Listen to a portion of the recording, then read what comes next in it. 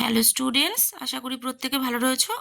আজকে আমরা এই ভিডিওতে দ্বিতীয় শ্রেণীর সহজ পাঠ বইয়ের প্রথম পাঠ অর্থাৎ 1 নম্বর পৃষ্ঠা থেকে আমরা আজকে আলোচনা করব। অর্থাৎ এই যেখানে যে রয়েছে অংশটা, এই অংশটা আজকে আমরা পড়ব এবং এখান থেকে তোমাদের ছোট ছোট যে সমস্ত প্রশ্ন উত্তর পরীক্ষায় আসবে সেই সমস্ত প্রশ্ন উত্তরগুলো আমরা আজকে আলোচনা করব। তো চলো আলোচনাটা শুরু করা যাক। আমরা আগে এই প্যাসেজটা পড়ে নিই, ঠিক আছে? দেখো আমরা পড়ছি। কি বলেছে? বাদল করেছে মেঘের রং ঘন নীল। তাহলে কি করেছে? না উত্তর হবে হচ্ছে বাদল করেছে। তারপর কি বলছে? মেঘের রং ঘন নীল। তাহলে প্রশ্ন হতে পারে মেঘের রং কেমন? আমরা উত্তরে বলবো মেঘের রং ঘন নীল। আমি পড়ানোর সাথে সাথে যে কোশ্চেনগুলো বলছি তোমরা অবশ্যই প্রশ্নগুলো খাতায় নোট করে নাও। সেই প্রশ্নগুলোই তোমরা পড়বে। উত্তরগুলো খুব সহজ, ছোট ছোট করে বইতে দেওয়া রয়েছে। তো তোমরা অবশ্যই কিন্তু প্রশ্নগুলো টুকে ফেলো। তারপর কি বলছে?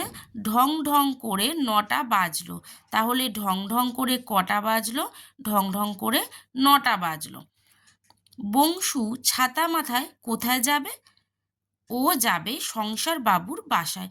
তাহলে দেখো এখানে একটা ছোট্ট প্রশ্ন রয়েছে, বংশু ছাতা মাথায় কোথায় যাবে? বইয়ের মধ্যেই দিয়ে দিয়েছে প্রশ্নটা। আমরা উত্তরে কি লিখব? ও যাবে লিখব না, আমরা লিখব যে বংশু ছাতা মাথায় সংসার বাবুর বাসায় যাবে। ঠিক আছে? কি বলছে? সেখানে কংসবধের অভিনয় হবে। তাহলে সেখানে কি হবে?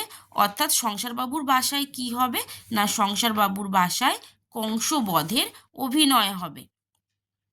আজ মহারাজ হংসরাজ সিংহ আসবেন। আজ কে আসবেন? এটা একটা প্রশ্ন। আজ কে আসবেন? উত্তরে তোমরা লিখবে আজ মহারাজ হংসরাজ সিংহ আসবেন।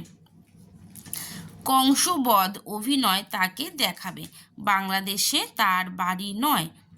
তাহলে এইটুকু পড়িয়ে দিলাম। পড়িয়ে এর মধ্যে যে প্রশ্নগুলো সেগুলো বলে দিলাম। কি কি প্রশ্ন? না মেঘের রং কেমন? উত্তর হবে মেঘের রং ঘন নীল। তারপরে বলে দিলাম কি ঢং ঢং করে কটা বাজলো? তোমরা উত্তরে লিখবে ঢং ঢং করে 9টা বাজলো। তারপরের প্রশ্নটা দেখো এখানেই দিয়েছে, বংশু ছাতা মাথায় কোথায় যাবে? তোমরা উত্তরে লিখবে বংশু ছাতা মাথায়। তারপর বলছে সেখানে কংসবধের অভিনয় হবে, অর্থাৎ সংসারবাবুর বাসায় কি হবে? উত্তরে আমরা লিখব সংসারবাবুর বাসায় কংসবধের অভিনয় হবে। তারপর কি বলছে দেখো, আজ মহারাজ হংসরাজ সিংহ আসবেন। তাহলে আজ কে আসবেন? উত্তরে লিখব আজ মহারাজ হংসরাজ সিংহ আসবেন। কংসবধ অভিনয় তাকে দেখাবে। তাহলে মহারাজ হংসরাজ সিংহকে কি দেখানো হবে? না মহারাজ হংসরাজ সিংহকে কংসবধের অভিনয় দেখানো হবে। বাংলাদেশে তার বাড়ি নয়। এবার আমরা চলে যাব পরের পেজে। আচ্ছা, পরের পেজে যাওয়ার আগে বলে রাখি, তোমরা যারা আমার ভিডিওটা দেখছো অবশ্যই কিন্তু ভিডিওটা একটা লাইক করে, চ্যানেলটাকে যারা সাবস্ক্রাইব করোনি অবশ্যই সাবস্ক্রাইব করে রাখবে পরবর্তী ভিডিওগুলো দেখার জন্য। তো চলো আমরা পরের পেজটা আবার আলোচনাটা শুরু করি।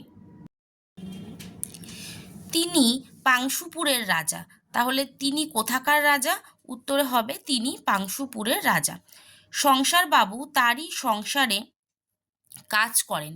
কাংলা, তুই বুঝি সংসারবাবুর বাসায় চলেছিস? সেখানে কংসবধে সং সাজতে হবে। তাহলে কাংলাকে সংসারবাবুর বাসায় কি সাজতে হবে? না তাকে কংসবধে সং সাজতে হবে। কাংলা, তোর ঝুড়িতে কি? ঝুড়িতে আছে পালং শাক, পিরিং শাক, ট্যাংরা মাছ, চিংড়ি মাছ। সংসারবাবুর মা চেয়েছেন। তাহলে কাংলার ঝুড়িতে কি কি আছে? না উত্তরে আমরা লিখব কাংলার ঝুড়িতে আছে পালং শাক, পিরিং শাক, ট্যাংরা মাছ, চিংড়ি মাছ। বাংলার যে বানানগুলো রয়েছে একটু কঠিন, তোমরা তো খুব ছোট, তো তোমরা অবশ্যই কিন্তু বানানগুলো, এই যে বাংলার বানানগুলো রয়েছে এগুলো কিন্তু তোমরা বানানগুলো খুব ভালোভাবে পড়বে। তারপর বলছে সংসারবাবুর মা চেয়েছেন। তাহলে এই যে জিনিসপত্রগুলো সেগুলো কে চেয়েছেন? কাংলার ঝুলির জিনিসপত্রগুলো, ওগুলো সংসারবাবুর মা চেয়েছেন। তাহলে আমরা এই যে প্রথম পার্টটা আলোচনা করে ফেললাম, প্রশ্নগুলো বলে দিলাম তোমাদেরকে। তোমরা অবশ্যই প্রশ্ন উত্তরগুলো খাতায় করে নেবে। আর আমরা নেক্সট ভিডিওতে এই যে তোমাদের দ্বিতীয় পার্টটা রয়েছে সহজ পাঠ বইয়ের, সেই দ্বিতীয় পার্টটা আমরা পরের ভিডিওতে আলোচনা করব। ভালো লাগলে ভিডিওটা অবশ্যই তোমরা চ্যানেলটাকে সাবস্ক্রাইব করে ভিডিওটা একটা লাইক করে রেখো। আজকের মতো এ পর্যন্তই, দেখা হবে নেক্সট ভিডিওতে।